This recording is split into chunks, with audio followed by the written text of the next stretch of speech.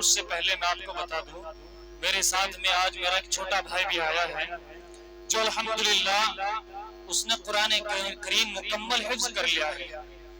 مزید اس نے کل پورا قرآن کریم کل ایک بیٹھک میں سنایا بھی. کل اس بچے نے یہ میرا بھائی ہے چھوٹا اس نے کل ایک بیٹھک میں پورا قرآن کریم سنایا. اس کے لیے دعا کر اللہ اس کو عالم بعمل بنائے. آئیے بھائی چھوٹی سی تقریر کرے گا کہ پرندوں کو نہیں تعلیم دی جاتی اڑانے کی. پرندوں کو نہیں تعلیم دی جاتی اڑانے کی وہ خود ہی جان جاتے ہیں وہ خود ہی جان جاتے ہیں اڑانے کی.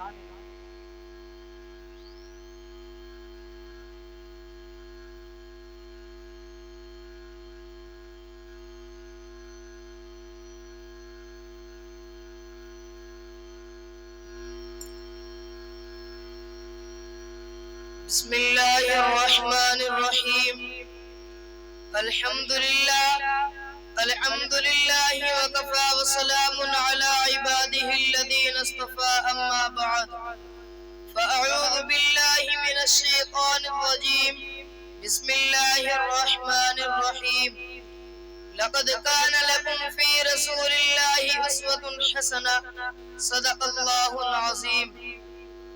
صدر محترم اساتذہ اکرام سامعین اکرام تھے اور آج کی اس باوقار اجلاس میں میری تقریر کا موضوع سخن سیرت النبی صلی اللہ علیہ وسلم ہے. تاریخ عالم سرکار دو عالم جناب محمد رسول اللہ صلی اللہ علیہ وسلم کے علاوہ کوئی ایسی مثال پیش کرنے سے قاصر ہے جس کی نظیر بالکل محفوظ بھی ہو اور کامل مکمل بھی.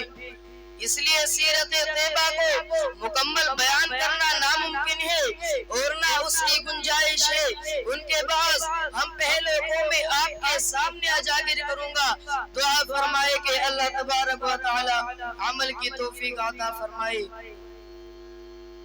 سامعین اکرام یہودیوں اور عیسائیوں کی طرح اپنے نبی کی سیرت بیان کر دینا ہمارا شیوا نہیں بلکہ ہمارے نبی کی سیرت ہمارے ہر عمل سے صاف صاف نظر آئے. ہماری رفتار و گفتار اور کردار تاجدار بطحہ کی طرح ہو.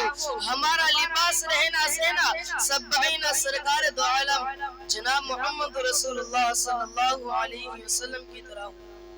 یہی اصل سیرت ہے. جیسا کہ علماء انور شاہ کشمیری فرمایا کرتے تھے کہ ایمان جاننے کا نام نہیں ہے ماننے کا نام ہے. اس لیے ان کی سیرت کو ہم اپنے عمل میں لائے.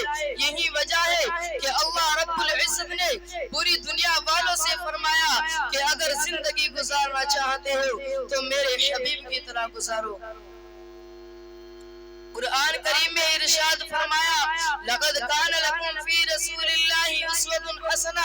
اس آیت کریمہ میں میرے نبی کی قابل تقلید زندگی مسلمانوں کے لیے آئیڈیل بتایا گیا اور یہ اشارہ کر دیا گیا ہے کہ اے لوگوں اگر کامیابی اور کامرانی چاہتے ہو تو اس کے لیے صرف اور صرف ایک ہی راستہ ہے کہ رسول اللہ صلی اللہ علیہ وسلم کو اپنا نمونہ بنا لو. فقیر ہو یا بادشاہ امیر ہو یا غریب ہر ایک کے لیے ایک ہی نمونہ ہے. باپ ہو تو حضرت فاطمہ کے باپ کی طرح زندگی بسر کرو. شوہر ہو تو حضرت عائشہ کے شوہر کی طرح زندگی گزارو. اگر استاد ہو تو صفف کے استاذ کو دیکھو. طالب علم ہو تو غار حرا میں جبرائیل امین سے پڑھنے والے کو دیکھو. فاتح ہو تو فاتح مکہ کو دیکھو. شکست کی حالت میں ہو تو غزوہ احد کے کمانڈر جناب محمد رسول اللہ صلی اللہ علیہ وسلم کو دیکھو.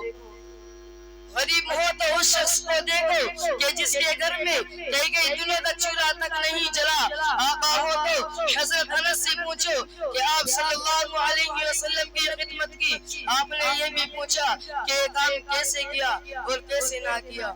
اللہ تبارک و تعالی ہمیں ان باتوں پر عمل کرنے کی توفیق عطا فرمائے. آمین. وآخر دعوانا ان الحمدللہ.